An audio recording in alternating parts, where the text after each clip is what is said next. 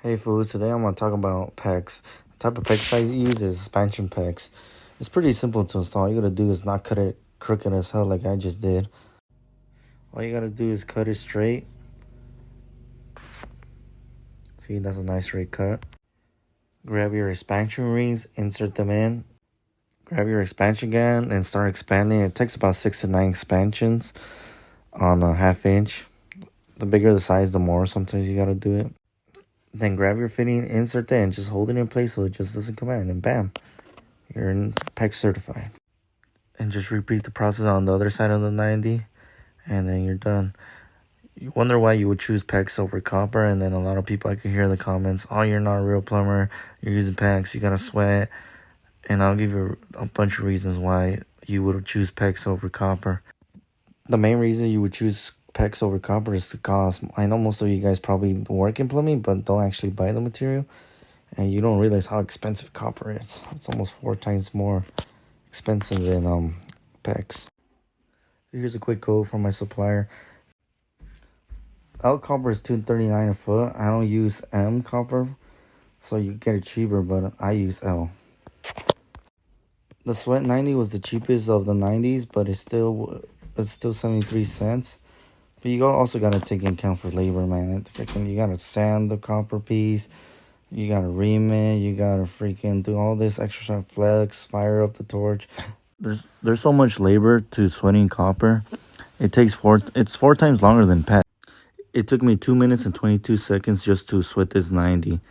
I know a lot of you guys don't care because you guys are not paying for it, but if it takes 4 times longer, the material is 4 times more expensive, then the bid could be 4 times higher than compared to PEX.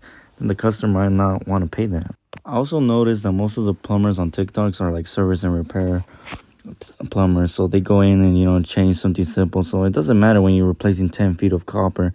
The price is not. It's when you're doing a whole house repipe that the price really matters. If we need 1,000 feet, it could be $600 in PEX or $2,200 in freaking copper L. I could argue with you guys and be like, yeah, sweating plumbers, only real plumbers sweat pipe, this and that. I can spend all day arguing with you guys why copper is better than PEX or PEX is better than copper. But at the end of the day, arguing with you guys doesn't pay the bill, so I gotta provide quotes. I'll provide a quote in PEX and copper, but more likely they're gonna choose PEX over copper. It's just cheaper. And then if the customer could afford it, I'm installing copper.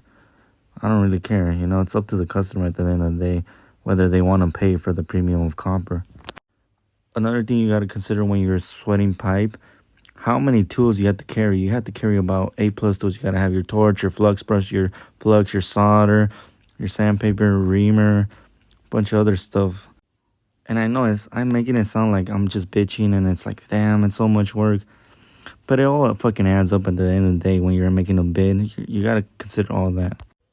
Another option you have with copper is you could pro press it, but the only drawback is it's more expensive. The 90, that was the most expensive fitting. It was $276 for a 90.